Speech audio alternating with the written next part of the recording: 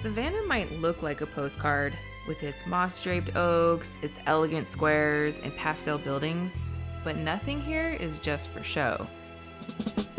Beauty and mystery lean in close, where history sits just underneath your feet, from the cobblestones carried in from ships, to the squares that shaped its people, and in the traditions that still define its food, art, and culture today. Savannah is a city with multiple identities. Beautiful, yes, but never boring. Savannah sits on the far southeastern corner of Georgia, right along the Atlantic coast and just over the border from South Carolina. It's a landscape of tidal marshes, river systems, and barrier islands that has helped to shape the culture here for generations. On this trip, we're exploring the cultural tapestry that is Savannah, from its colonial-era squares and carefully planned streets to the Gullah Geechee influence along the coast, to the theatrical flair of the Prohibition era and its modern identity as a city that champions art and preservation. And of course, we can't forget the food, those soulful, coastal, Lowcountry flavors that show up in nearly every restaurant that you visit. So when you're ready, let's dive in.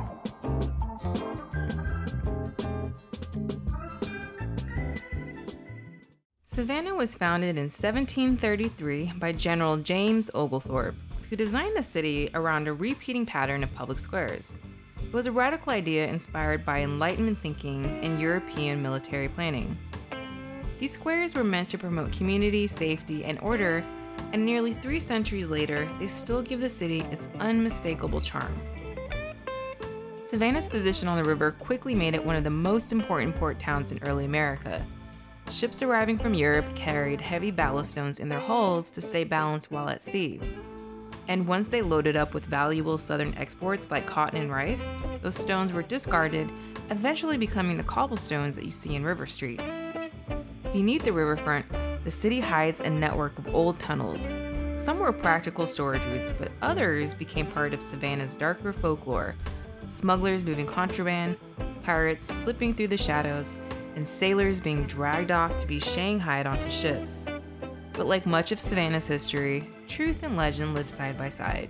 The city's prosperity was also built on the labor of enslaved Africans, who were sold in the very squares that visitors stroll through today.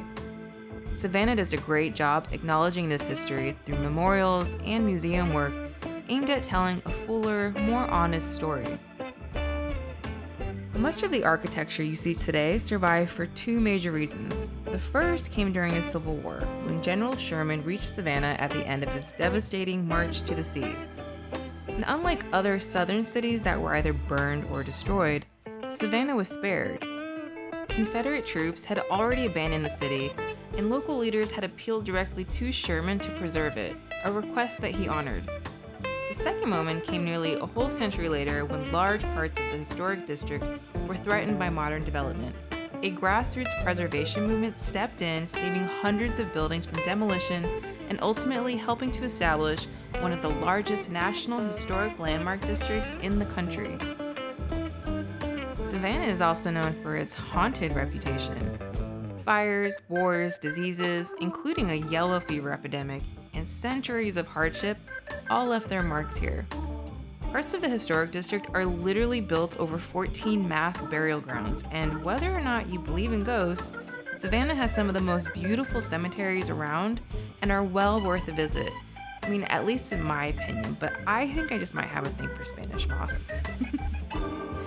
Savannah also has many prominent historical figures, but I was surprised to learn that Juliette Gordon Low founded the Girl Scouts right here in 1912. And although we didn't get a chance to, you can actually visit her birthplace. In more recent decades, the Savannah College of Art and Design, better known as SCAD, brought new life to downtown by restoring historic buildings and filling them with students and art. And woven through all of this is the influence of the Gullah Geechee people along the coast, whose foodways and traditions have helped to shape what we now recognize as Lowcountry cuisine. We'll explore more of that later on in the trip.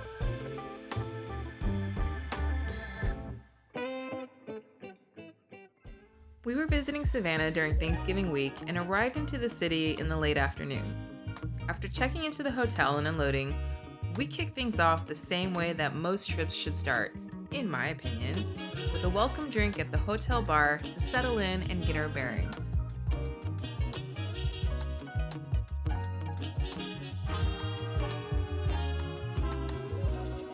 For dinner, we walked over to Alligator Soul, which is one of Savannah's more upscale spots tucked beneath street level. We didn't go all out with the full multi-course meal because it was late and honestly, we weren't really starving, so we just ordered a bunch of appetizers. It was a really eclectic meal of squash blossoms, bone marrow, and the most interesting charcuterie board I've ever had. It had candied alligator, rabbit and python sausage, hummus garnished with black ants, and a delicious assortment of cheeses. I mean, their blue cheese was phenomenal. Good morning, happy Turkey Day. Happy Turkey Day. We are here in Savannah for Thanksgiving weekend. It's a little brisk. Well, it's not freezing. But yeah, we're here for 3 days. We're gonna explore this town. On our way to find breakfast to see if anything's open, so wish us luck. We woke up on Thanksgiving morning with limited breakfast options. Most places were either closed for the holiday, and the ones that were open were packed. We ended up at Toast, which was wall to wall with people trying to get a table, but you know, that's just part of traveling during a holiday week. And we actually didn't even have to wait for a table for two, so that was a lucky break. A hearty southern breakfast is never a bad way to start the day, especially when you know you've got a full day of exploring ahead.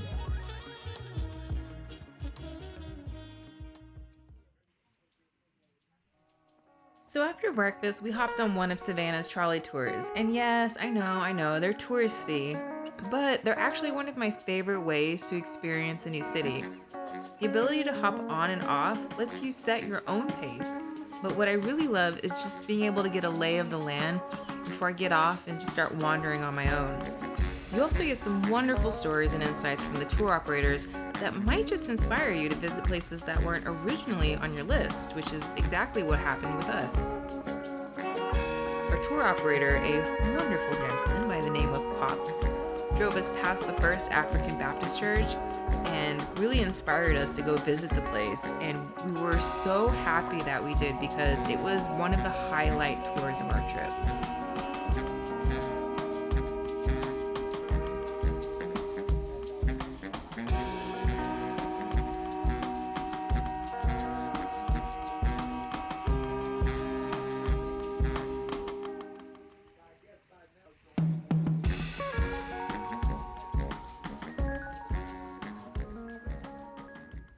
After we did the whole trolley tour loop, we hopped off at the Prohibition Museum. We kind of splurged a little bit and opted for the guided tour that included a cocktail at the end because why not? It was a holiday after all.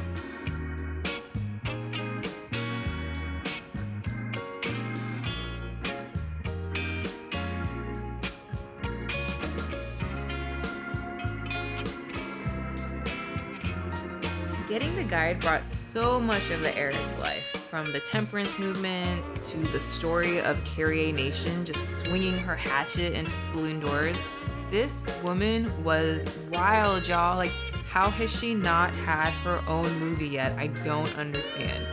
She got famous by destroying bars and saloons with a hatchet, and she even once challenged a heavyweight boxer to a fight. Like, crazy. Other exhibits in the museum touched on the mafia's ties to Prohibition and how locals would lead rum running routes off Tybee Island, where smugglers hid alcohol just offshore. One of the coolest exhibits for me was the one featuring ways that people could bypass the law and get their alcohol fixed. For example, you could get medicinal whiskey prescriptions from Walgreens. I also had no clue that beer companies used to turn to other methods to survive Prohibition, like knowingly making ice cream. And for those that didn't know, you can thank the Prohibition for creation of the federal income tax. Because once the government lost money from alcohol tax sales, they had to get their money from someplace else. So, hello, income tax. Thanks, Prohibition. The last part of the tour covered speakeasies, and then appropriately ended in a recreated speakeasy where we were served our extremely delicious cocktail. It was the perfect final touch to the whole experience. What do you want? Who sent? My wife. Gus sent you. Gus sent me. Yeah. All right. Come on. You got us in. So easy. The party's on because of you. He took a liking to you. All right, guys, we'll go straight back all the way to the NASCAR gallery over here to the right, and I will be right there with all of your drinks. And let's have a final toast.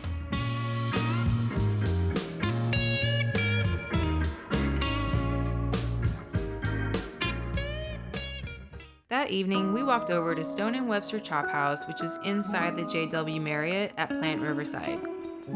Because we were there during the holidays, they had a small Christmas-style market going on behind the hotel and lots of photo opportunity places for families.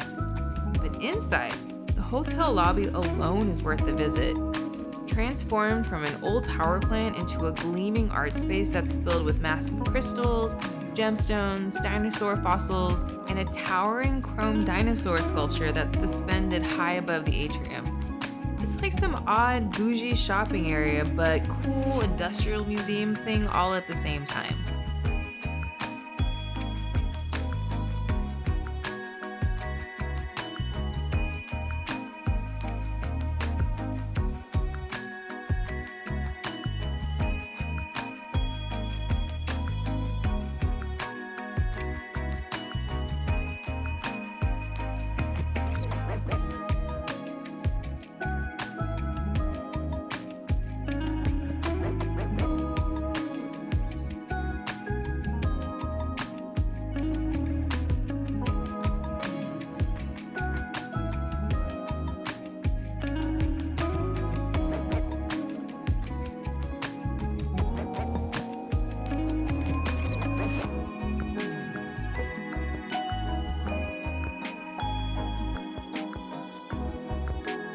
Dinner itself was cozy and elegant, a good mix of steakhouse favorites and fresh seafood. They did have a Thanksgiving meal featuring turkey to honor the day, but Kellen and I really don't care for turkey, so we had steak and lamb chops instead. And come on, guys, you know that's way better than turkey. It was a scrumptious way to end Thanksgiving Day and a nice contrast to the busier pace of the morning.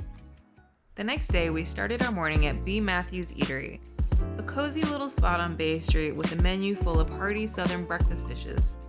I powered up with their Bay Street Scramble, which was so good that I've been replicating it at home. Kellen opted for his usual French toast. Bellies full, we headed out for more exploring. So our first stop was going to be at the Owens Thomas house, but unfortunately, they were sold out for the time slot that we needed. And even though we couldn't get in, it's still one of Savannah's most fascinating historic homes. It's known for its elegant Regency architecture and for having one of the best preserved urban slave quarters in the South. If you love architecture or want to understand the city's fuller story, this is one of the best tours that Savannah offers. According to my research though, since obviously we didn't get in. Since we had some time before our afternoon plans, we thought we would try our luck with one of the other historical homes, so we made our way down to the Sorrel Weed House. It was still closed by the time we got there, so to kill some time and to warm up, we wandered over to the Arts Cafe, which is a SCAD-run spot that's equally a coffee shop and an art installation. Inside, there's a bright red double-decker bus that's been completely transformed into seating and the coffee bar. It's really whimsical and warm, and it's a perfect place to thaw out on a chilly fall morning.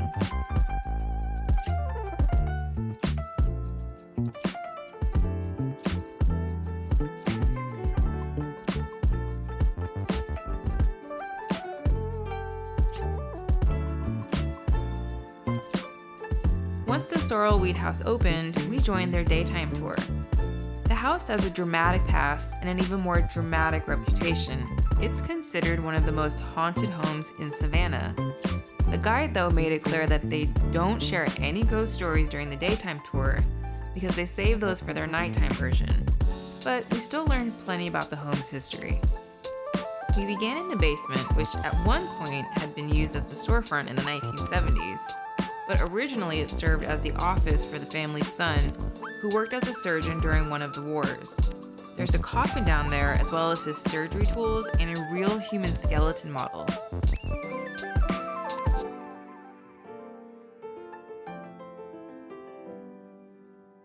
Upstairs, we toured the dining room, the office, and several entertaining spaces, the rooms where the rich family lived their very social lives.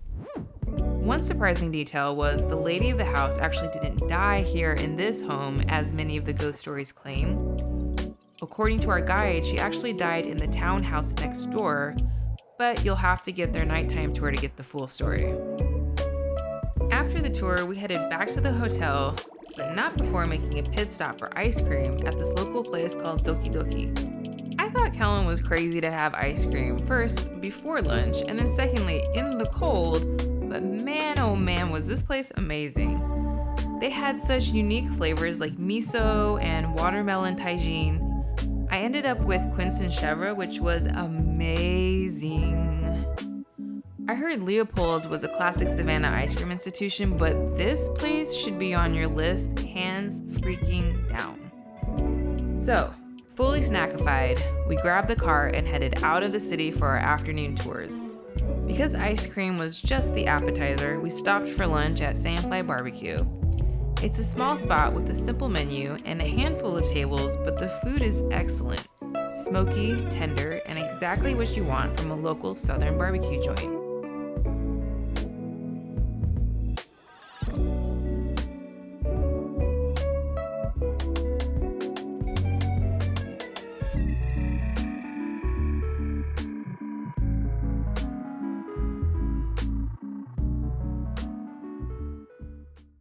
From there, we continued on to the Pinpoint Heritage Museum, which is set along the marsh in a peaceful stretch just south of Savannah. The museum is dedicated to the Gullah Geechee community that have lived and worked here for generations, harvesting oysters, shrimp, and crab. One of the most surprising things we learned was that Supreme Court Justice Clarence Thomas grew up in this very community. And inside, there's a short, heartfelt film about the people who lived here, followed by exhibits showing how seafood was harvested and processed. The oyster shucking room has been left exactly as it was, and walking through it really gives you a sense of how much work and skill went into sustaining this marsh-based way of life. It's a quiet, beautiful place and one of the most meaningful stops of the whole trip.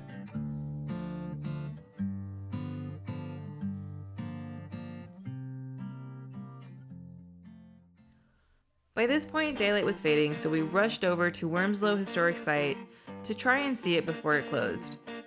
We arrived with only about 40 minutes to spare, so we hopped onto the tractor ride that takes you all the way down the site's famous oak-lined avenue to the park's interior.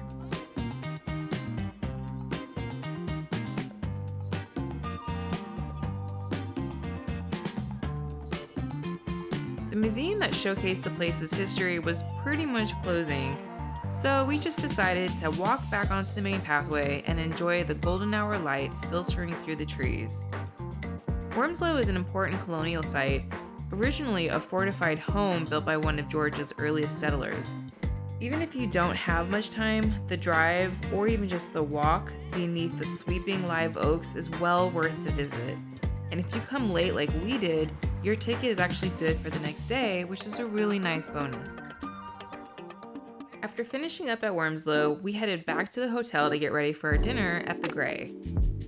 Set inside a restored 1938 Greyhound bus terminal, the restaurant has a striking Art Deco interior and a warm, elegant atmosphere. It's one of Savannah's most celebrated dining spots, and the experience of eating inside such a beautifully restored space really added something special to the evening.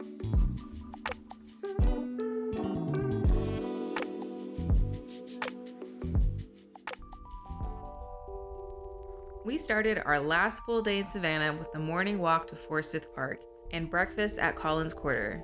The service was prompt, the food was delicious, and my matcha was especially good. The kind of breakfast that gets you excited for the day ahead.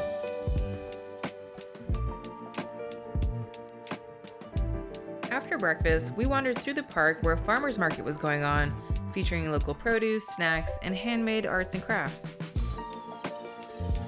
From there, we headed over to the SCAD Museum of Art, Park Gallery, Park Cultural Hub, for the Savannah College of Art and Design.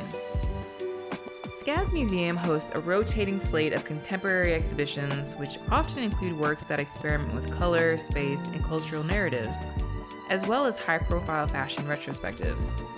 At the time of our visit, the museum featured Andre Leon Talley, Style is Forever, a tribute to the legendary fashion editor and SCAD mentor, with pieces from his own wardrobe that traces his influence on fashion and culture.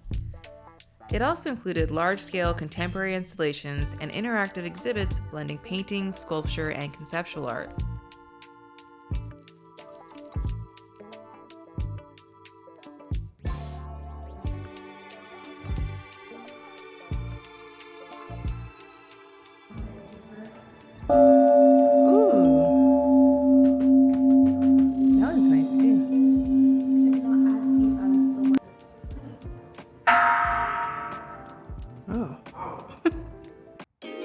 Ready for our next cultural experience, we made our way to the First African Baptist Church.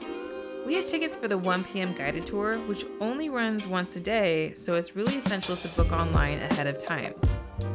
Our guide Karen delivered one of the most engaging and meaningful presentations of the trip. She walked us through the church's deep history. It's one of the oldest African American congregations in the South, and connected it to broader stories of resilience, community, and survival. She also shared the significance of quilt symbols, which were used by enslaved people to communicate routes and safe houses for escape. She also took us downstairs to show us the remains of hidden spaces that were part of the Underground Railroad, which were used to shelter people who were in transit. She even shared photos of tunnels that were discovered beneath the city, including one said to have connected the riverfront all the way to the church. From there, we grabbed a bite at Le Bon Café, where Vietnamese banh mi's and fresh rolls really hit the spot, and the iced coffee gave us the perfect midday boost.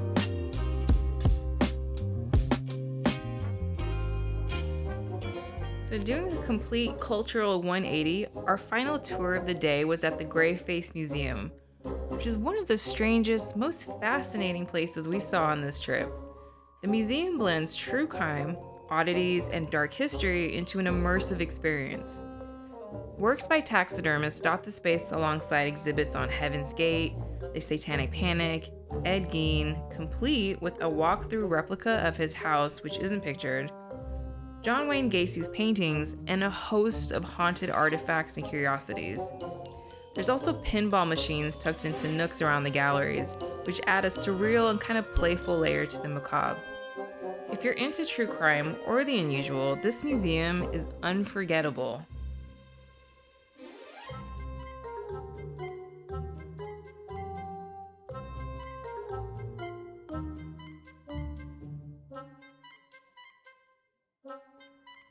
To cap off our last night, we went to Common Thread, which is a beautiful restaurant set inside a converted home. Its vibe reminds me of a bit of Chez Panisse back in Berkeley.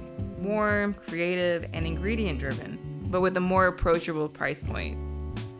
The food was thoughtful and delicious, the atmosphere was cozy, and it felt like a perfect celebratory close to our Savannah adventure.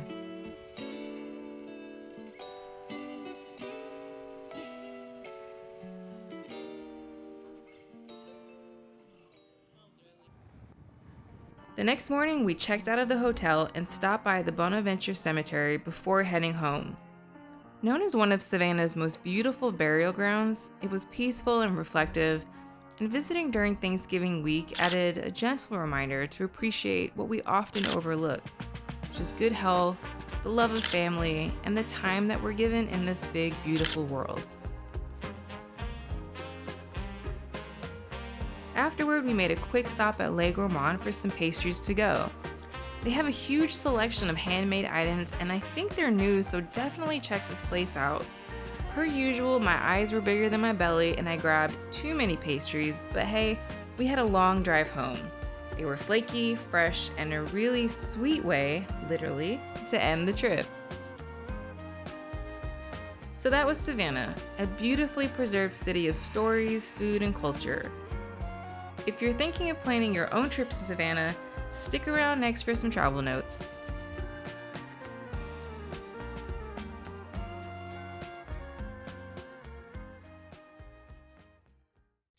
guys, welcome to Travel Notes.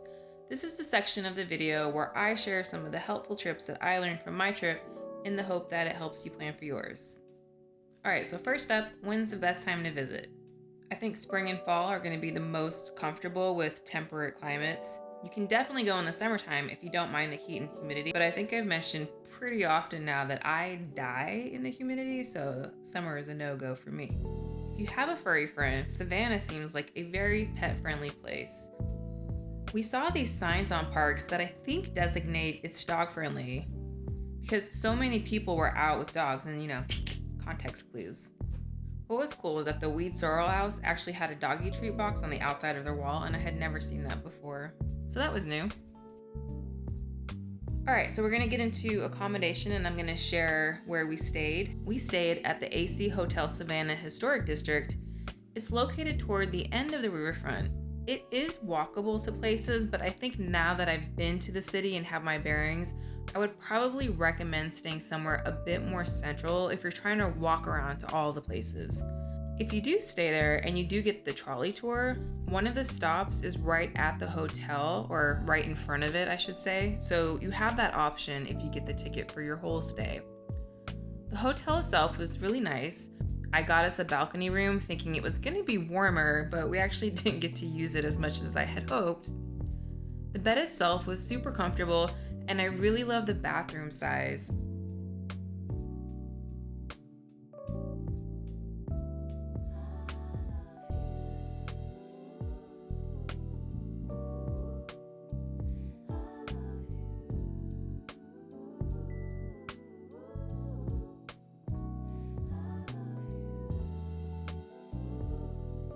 The rooftop bar area was comfortable, and like I said earlier, it has really nice sunset views. Service was wonderful too, and the front desk staff were warm and friendly, and check-in was an absolute breeze. We had a water station on our floor, which we used all the time, so that was great. And Kellen and I enjoyed jamming out to the elevator music every time we went somewhere.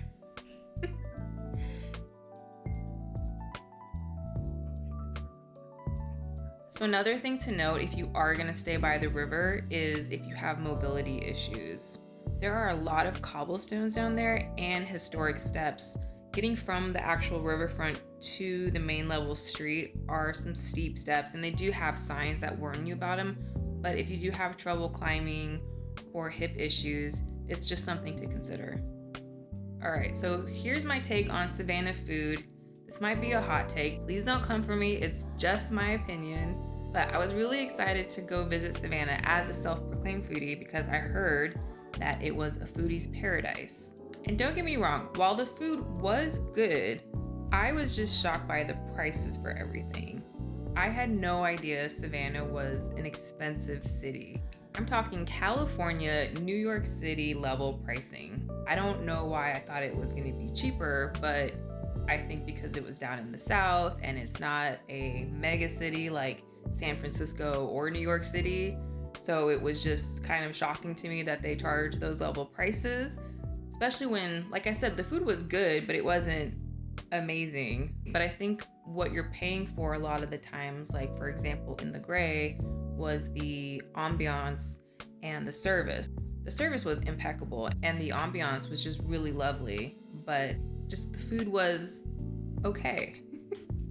And it's not just me, because when we were at Common Threads, which was probably the best meal that we had, we were sitting next to a fellow traveler who also told me the same thing, and he had just come from Charleston, and he said the food scene was much better there for the same prices. So now I'm gonna have to go to Charleston so I can compare. But yeah, I'm just saying I had a little bit of a sticker shock. So I don't know. Like I said, my opinion, if you've been to Savannah and you're a foodie, what were your thoughts? Did you like it? Did you feel the same as me? I'm really curious to see what others thought. All right, so moving on. A few quick notes about getting around. The historic district is very walkable and everything's in a grid, so I think it's really hard to get lost. So if you don't like walking, then I would really consider getting the trolley tour so you can just hop on and off for the whole time that you're there. So there are a couple of different operators that do trolley tours. This is the one that we did. They also offer ghost tours if you're into that as well. I'll put the link in the video description. We did see a lot of people taking horse and carriage rides, not just for lovebirds, but groups and families, so that's also something to consider. But yeah, during the day, we walked around a lot because we had to walk off all those heavy breakfasts. But at night, we took Uber or Lyfts to go to the restaurants, and because it was just way too cold to walk places. But there are rideshare options available. And to get to places like Winslow or Pinpoint, you will either need your own car or use the rideshare options. Okay, so next I'm just gonna go over a few quick tips for each of the places that we visited. I'll put the links for the websites so you can get the tickets in the description, so check those out when you can. So for the First African Baptist Church, at the time of this video, the tours are only offered once a day at 1 p.m. and I would highly recommend buying your tickets online because I didn't see a place to buy them when we were there. And you'll meet outside on the corner to be let in. It's a little confusing, but if you stand on the corner towards the square, somebody will pop out of the little red door and wave you in. If you can get a tour with Karen Wortham, please do it. Here's a link to her site. She does seem to do other tours, and I'm also giving you a list of the recommended books that she shared with us in case you want to do more reading on your own. So for the Wormslow Historic Site, you can buy the tickets online, but I think it's only for groups because if you look here on the website, it does say single day tickets are only available for the day that you're there.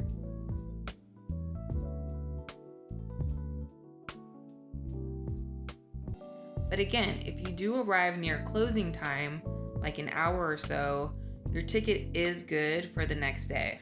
For the Sorrel Weed House, this is the site that we use. You can buy tickets online. We actually ended up buying our ticket there on site, but we were there in the off season, so I would imagine it would get much more crowded during the summer. So here's the website in case you want to check that out.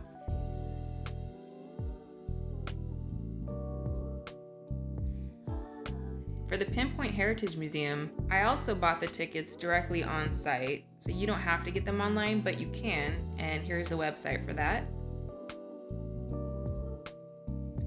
I would plan for about a 60-minute self-guided tour while you're there, but I did see that there was a group tour going on, so I think they offer that. I couldn't find it on their website. It wasn't that easy, but you can definitely reach out to them on their Facebook, like they say, or give them a call to ask them if you want to do a group tour. The Prohibition Museum was cool. That one was more expensive than I thought it should be, but like I said, we splurged and we did get the guided tour and a drink, so it ended up costing us almost $80 for just the two of us. Like I said, I thought that was a little expensive. So if you don't make the same kind of last minute expensive decision like we did, then it should be cheaper for you. The Old Town Trolley Company will also give you a discount on the museum, but that's only if you buy an entrance fee for the Pirate Museum, and I think it's like an $8 discount, but they will give you coupons on the trolley. All right, so lastly, I'll just go over the Graveface Museum. We had a lot of fun at this one.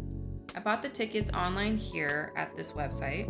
The people who run the museum are super cool, and they'll come in and check on you every so often to see if you have any questions that they can answer for you. This was also maybe like a little expensive than I had thought it was gonna be, but it is an independent place and they do put a lot of thought into the exhibition. So, I do still think it's worth going to visit, but I do recommend seeing it because it was interesting. Again, if you're into that kind of like dark history, which I am. All right, so that pretty much wraps up all the tips that I have from our trip. If I forgot anything that you think would be helpful, please let me know in the comments. Like my niece says, sharing is caring. Otherwise, thank you so much for joining me on this trip to Savannah. If you like this video, please don't forget to hit like and that subscribe button and come hang out with us on the next adventure. And as always, stay curious and keep exploring.